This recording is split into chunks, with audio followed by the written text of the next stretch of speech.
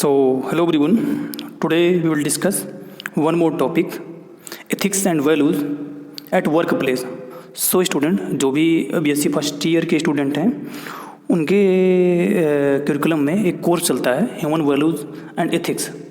तो उसका ऑलरेडी मैंने एक लेक्चर जो है 35 मिनट का रिकॉर्ड करके अपलोड कर रखा है, जो कि काफ़ी स्टूडेंटों के बीच में उसको उससे 4K लगभग 4000 के व्यू भी आ चुका है। 2 मैंने प्रैक्टिस सेशन भी करवाए हैं इससे रिलेटेड। तो आज वाले सेशन में एक रिवीजन क्लास प्लस एथिक्स और वैल्यूज़ का क्या रोल है एट किसी भी ऑर्गेनाइजेशन में, कंपनी में या वर्क प्लेस पे, तो इसको आज हम लोग डिस्कस करेंगे। तो अगर देखा जाए बेसिकली हमारा एथिक्स क्या होता है, तो एथिक्स जो बेसिकली है क्या, अगर आप देखेंगे एथिक्स जो है वो ब्रांच फिलॉसफी की। फिलॉसफी क्या होता है? फिलॉसफी बेसिकली देखा जाए कि नॉलेज का कैसे हम लोग मैनेजमेंट करते हैं उसका हम लोग फिलॉसफी बोलते हैं।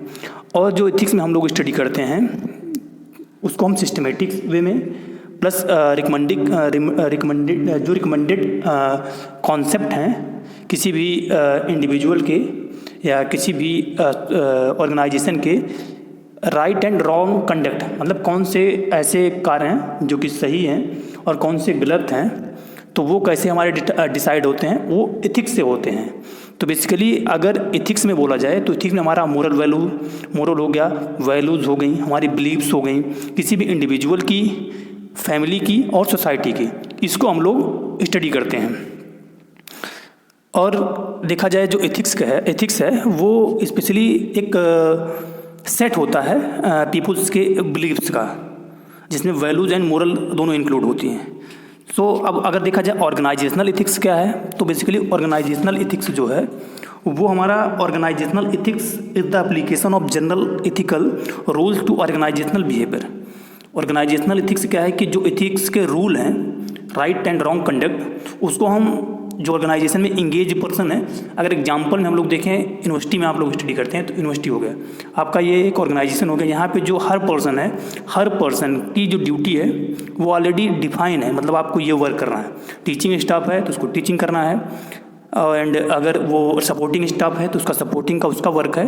तो उनसे यही अपेक्षा की जाती है कि जो उनके वर्क डिफाइन है उसको प्रॉपरली वो लोग हैंडल करेंगे। तो ये होता है हमारा ऑर्गेनाइजेशनल एथिक्स। और अगर हम इम्पोर्टेंस देखें इसका क्या है कॉर्पोरेट में, ऑर्गेनाइजेशन में या किसी भी इंडिविजुअल के पर्सन में, इसका क्या एथिक्स का इम्पोर्टेंस अगर देखा जाए तो पहला क्या है कि इनहिबिट्स नॉलेज। इनहिबिट्स नॉलेज में क्या होता है कि जो एथिकल नॉर्म होते हैं वो हमारे नॉलेज गेन में हेल्पफुल होते हैं। जैसे क्या है कि इसमें हम लोग एडवाइजिंग द ट्रूथ, मतलब जो सत्य होता है उसको सीखते हैं, एंड अवॉइडिंग जो एरर चीज़ें हैं, मतलब जो गलत चीज़ें हैं उसको हम लोग नहीं सीखते हैं। इसी को इनहिबिट्स नॉलेज बोलते हैं।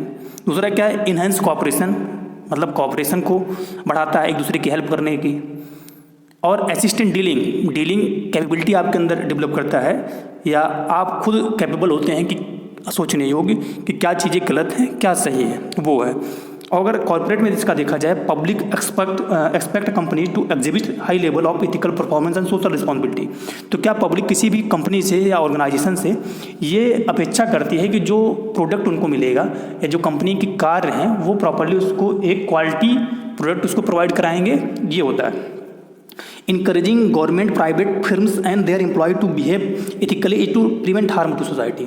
तो एथिकली की वजह से कि ऐसे कोई वो वर्क ना करें जिससे कि सोसाइटी के लिए हार्मफुल हो, ये कॉर्पोरेट में एथिक्स है। और दूसरा क्या है, high ethical performance also protect the individual who work in the office.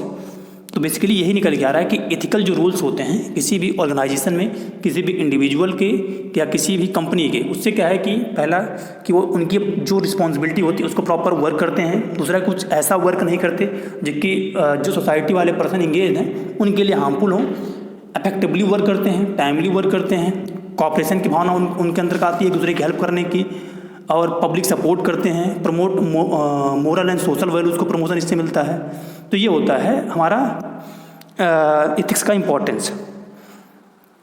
और रीजन फॉर एथिकल प्रॉब्लम क्या आती है, पहला उसमें सबसे बड़ा अगर प्रॉब्लम देखा जाए पर्सनल गेन। पर्सनल गेन में क्या आता है कि आप चाहे वो फिजिकल कमोडिटी के लिए या खुद की समाज में प्रतिष्ठा बढ़ाने के लिए या धन को अर्जित करने के लिए, गेन करने के लिए एथिकल मोरल को आप डिस्ट्रॉय करते हैं और गलत वर्क करते हैं। ड्यूबियस कैरेक्टर हो गया, individual value in conflict with organisational goal, जैसे आप क्लासमेट हैं तो आपके दो हो सकता है कई स्टूडेंटों के आपके थॉट ना मिलते हो, विचार ना मिलते हो, एक दूसरे से आपकी नहीं बनती हो, तो ये भी प्रॉब्लम है। Manager attitude and values. Manager attitude का मतलब क्या है कि हमारे टीचर का एटीट्यूड हो गया या सपोर्टिंग स्टाफ का या आपका जो सीनियर है उसका एटीट्यूड से आपको पसंद ना हो, ये भी हो गया।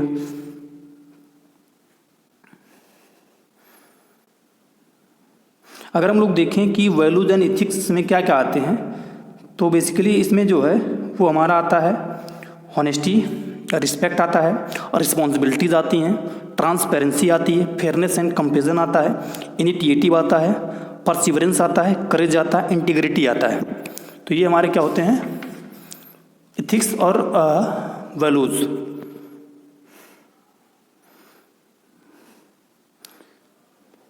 अब पहला हमारा क्या है वैल्यूज में, हॉनेस्टी।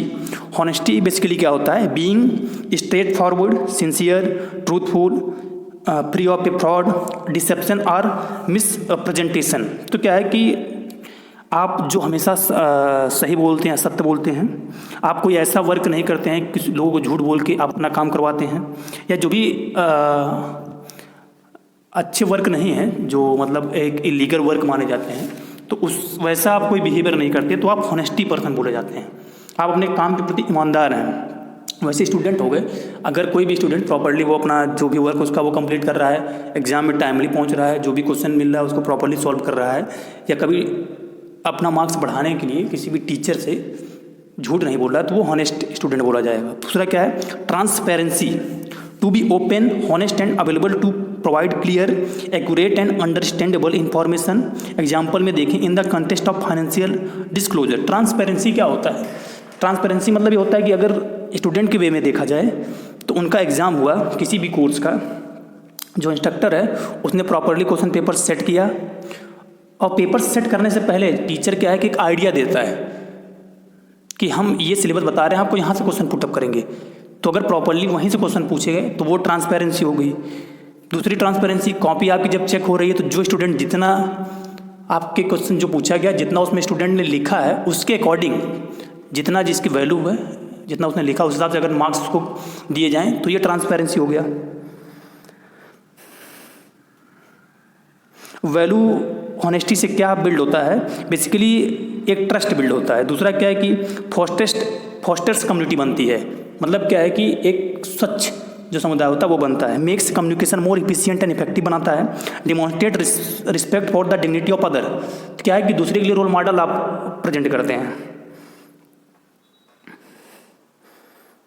अब इससे क्या है कि एक मोरल लीडर भी आते हैं ट्रांसपेरेंसी से। Honesty the quality most admired in a leader. इससे क्या है कि जब आप हॉनेस्टी किसी भी लीडर की एक क्वालिटी है, अगर आप सही हमेशा बोलने वाले हैं, अगर आपके अंदर ये क्वालिटी है तो आप एक बेस्ट लीडर बनेंगे। ये भी हो गया हमारी क्वालिटी है लीडर की। और वैल्यू कहाँ से आती है, तो वैल्यू जो हमारी आती है पर्सनल खुद की थिंकिंग से आती है, फैमिली से आती है, पीर से आती है, रिलीजियस से आती है, कंपनी से आती है, community, regional, national and international से ये वैल्यू कोई भी पर्सन जो वो सीखता है, गेन करता है। Overcoming internal traps which are hindrance to work efficiency. कुछ ऐसे ट्रैप हैं जो किसी भी इंडिविजुअल की जो कैपेसिटी है उसको डिक्रीज करते हैं। तो सेल्फ डाउट ट्रैप, कोई भी स्टूडेंट है उसको खुद पे डाउट है कि मैं इस कोर्स में इतने कम नंबर पाऊंगा या इस एग्ज़ाम को नहीं क्लियर कर पाऊंगा, तो ये क्या है कि आपकी जो वैल्यूज़ होती है उसको कम करता है, आपकी मोरल वैल्यूज़ को। दूसरी क्या, fear of rejection. Fear of rejection पे क्या है कि आपका कोई भी वर्क कर रहे हैं या किसी भी टीचर के पास आपको जाना है, उससे नोट्स मांगना है, आप इस डर की वजह से नहीं जा रहे हैं कि हो सकता है टीचर हमको भगा दे या प्रॉपर्ली हमको रिस्पॉन्स ना दे, तो ये हो गया। दूसरा क्या है, कॉन्शियंट ट्रैप। कॉन्शियंट ट्रैप क्या होता है कि वो सोचता है कि मैं शिकार हो जाऊंगा कई लोगों के बहकावे का, ये होता है। और फिर जेलसियस ट्रैप। जेलसियस ट्रैप से आप डरते हैं कि हो सकता है कि हमसे जो हमारे फ्रेंड्स हैं वो जलन करते हों, ये हो गया। साई एंड लॉनली ट्रैप, थोड़ा सा आप शर्मिंदा स्वभाव के हैं तो भी ये आपकी जो एथिक वैल्यूज़ है वो डिक्रीज होती है। नेक्स्ट हमारा क्या, गोल्स क्या है, तो इसमें गोल्स में हमारा इंडिविजुअल गोल्स होता है, किसी भी इंडिविजुअल पर्सन का जो डिसाइड करता है कि मुझे फ्यूचर में ये चीज़ों को इस समय पे कंप्लीट करनी है, वो इंडिविजुअल गोल होता है। फिर फैमिली गोल्स होते हैं, एक फैमिली का गोल होता है, फैमिली के सब मेंबर जो होते हैं वो मिल के एक टारगेट फिक्स करते हैं, उसको अचीव करने के लिए प्रॉपरली वर्क करते हैं सब साथ मिल के, वो फैमिली गोल्स होता है। नेक्स्ट प्रोफेशनल गोल में जैसे क्या किसी भी कंपनी का या इंस्टीट्यूट का ओवरऑल सबका गोल होता है। जैसे हमारे यूनिवर्सिटी का क्या गोल है, एग्रीकल्चर, एजुकेशन, सेकंड पे research and third one extension. मतलब जो विद्यार्थी हैं यहाँ पे जुड़े हुए हैं उनको क्या है कि शिक्षा देना, दूसरा क्या रिसर्च वर्क करना जिससे फार्मर को बेनिफिट हो, और तीसरा क्या जो रिसर्च हो रहा है उसको फार्मर तक पहुँचाना, जो फार्मर की प्रॉब्लम है उसको साइंटिस्ट तक या इंस्टीट्यूट तक पहुँचाना। ये हमारे 3 वर्क है यूनिवर्सिटी के। नेक्स्ट हमारा कम्युनिटी गोल, ये एक समुदाय का गोल हो जाता है। Developing protective mindset at work place, कैसे किसी भी वर्क प्लेस पे या स्टूडेंट जो हैं अपने क्लास में प्रोटेक्टिव माइंडसेट कैसे डेवलप करें। पहला क्या है कि expanding area of influence, expanding area of control, stop reacting to petty issues. इसमें क्या है कि आपको जो किसी भी एरिया है आपको उससे इन्फ्लुएंस होने में, प्रभावित होने में थोड़ा सा आपको इंटरेस्ट दिखाना है। दूसरा क्या है कि आपको बहुत अपने को कंट्रोल करके नहीं रखना है कि मुझे ये नहीं करना वो नहीं करना, ये हो गया। और क्या है कि आप किसी भी इशू पे, मान लीजिए आपके इंस्टीट्यूट में कुछ स्टूडेंट हैं वो प्रॉपर मार्केट जाते हैं या कहीं भी जाते हैं तो आपको उस पर अपना रिएक्शन नहीं देता, या कोई आपको एक वर्ड बोल दिया तो आपको इशू नहीं बनाना उसको। और क्या है कि स्टॉप ब्लेमिंग सरकमस्टेंसेस, तो हर वर्क आपको ब्लेम नहीं करना कि इसकी वजह से मेरा नहीं हो पाया या वो नहीं हो पाया। ये टेकिंग चार्ज ऑफ वन पथ, टेकिंग चार्ज ऑफ ओन पथ, मतलब आपका जो रास्ता है आपको खुद से बनाना है। एंड विन विन अप्रोच, तो आपको हमेशा ये रखना है कि मैं जरूर अपने गोल को प्राप्त करूंगा, विजयी वाला आपको हमेशा थॉट बना के रखना है। सेल्फ पीपुल कम्युनिटी सोसाइटी, इसमें क्या हमारा आता है, सेल्फ अवेयरनेस आता है। अगर देखा जाए सेल्फ पीपुल कम्युनिटी सोसाइटी में क्या होता है कि खुद का, पर्सन का और कम्युनिटी का और सोसाइटी का क्या एक रोल होता है। तो इसमें क्या है कि सेल्फ, फर्स्ट ऑफ ऑल आप क्या करेंगे, सेल्फ अवेयरनेस लेके आएंगे, फिर खुद को एक्सेप्ट करेंगे जैसे वे में आप हैं, फिर सेल्फ रेगुलेशन आप करेंगे, इंटरपर्सनल स्किल आप डेवलप करेंगे। इंटरपर्सनल स्किल में क्या होता है कि communication skill, interaction with each other, आप सबसे इंटरेक्शन करेंगे। फिर यूनिवर्सल ब्रदरहुड, आपको सब जो भी हैं सबको एक बंधुत्व की या भाईचारे की अपने अंदर डेवलप करना है स्किल। एक 5D फार्मूला है एक इफेक्टिव लीडर के लिए जो हमारे सोसाइटी में पाए जाते हैं।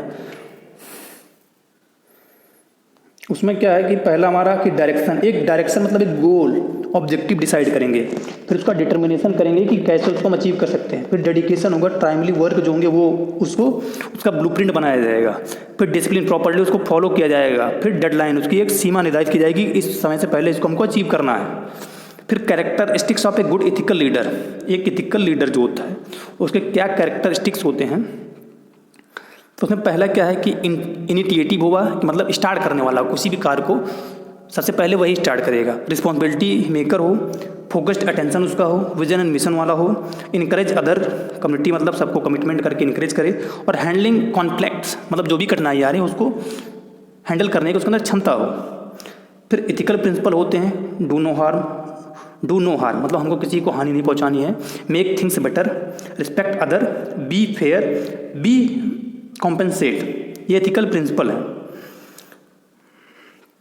सो what are rules to succeed in your work place ethical way. First क्या है उसमें रूल है, वॉक योर टॉक। पहला रूल क्या है कि get your work know and notice to, never stand still dynamic, voluntary carefully. इसमें पहला है कि आपका जो वर्क है उस पर स्टार्ट करें चलना। दूसरा क्या है कि know that you are being judged at all time, आपको ये हमेशा है कि आप हमेशा जज में हैं, मतलब आप इवैल्यूएशन की प्रोसेस में आप खुद का भी इवैल्यूएट करते रहें और जो कंपनी है जिसमें आप इंगेज वो भी आपका इवैल्यूएट करते रहे।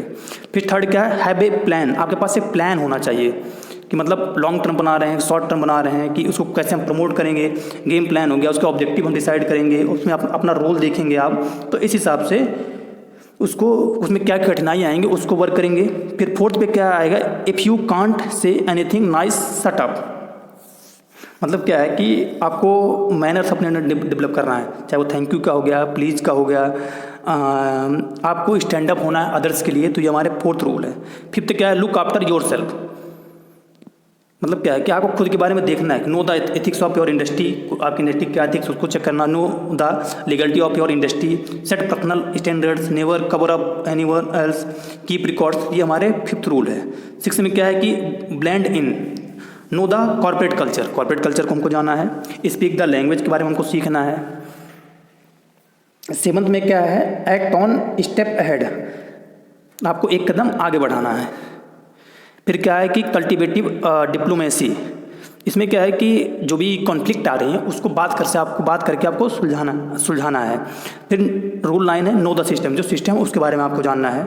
और फिर 10th में क्या है कि हैंडलिंग द पोजीशन, आपको अपना पोजीशन फिक्स कर लेना है कि मुझे इस पोजीशन पे वर्क करना है। सो ये आज का जो सेशन था, इसमें हम लोगों ने जो एथिक्स का बेसिक पॉइंट था उसको डिस्कस किया। अगर हम लोग देखें कि एक रोल का लीडरशिप का क्या रोल होता है कल्चर इंटीग्रिटी में, तो 10 उसके स्पेशली होते हैं। एक्टिव लिसनर होता है, वो जेन्युइनली एम्पैथिक होता है, हीलर होता है, अवेयर होता है, कॉन्सेप्टलाइजर होता है, गुड इसके स्टूवर्ड होते हैं। ये सब होते हैं हमारे। और इथिक्स भी कई टाइप की होती है, जैसे प्रोफेशनल होती है, इन्वायरमेंटल इथिक्स होती है। तो ये सब है। मैं अभी एक लेक्चर डाला हूँ, उसको आप देखने के बाद इसको ज़रूर देखिएगा। उसके बाद एथिक्स अगर देखा जाए तो ऑलरेडी मैंने एक बुक भी इस पे हम लोगों ने लिख रखा है, तो आप जो भी स्टूडेंट हैं यूजी के, उसको ज़रूर आप लोग परचेज करें। और जो भी अगर कुछ आपके डाउट हैं तो कमेंट सेक्शन बॉक्स में राइट डाउन करिएगा। इसमें भी बहुत ज़्यादा नहीं है, आप एथिक्स में जैसे कुछ टॉपिक अगर पढ़ लेंगे, एथिक्स क्या है, एथिक्स के प्रिंसिपल क्या हैं, और वैल्यूज़ क्या है, और ह्यूमन वैल्यू के सोर्स क्या हैं। जैसे फैमिली सोर्सेज का होता है, फ्रेंड होता है, रिलीजन होता है, स्कूल होता है, इसको आप देख लेंगे। एथिक्स का सिग्निफिकेंस क्या है, और इसमें हैप्पीनेस भी आता है कि एथिक्स में आपके डिसीजन मेकिंग आता है, कॉन्फ्लिक्ट कैसे मैनेज करें वो आता है। तो इन सबको आप देख लीजिए। सो सेशन में एंड करता हूँ। अगर कुछ आपका डाउट होगा तो कमेंट सेक्शन बॉक्स में राइट डाउन करिएगा। Thank you for listening.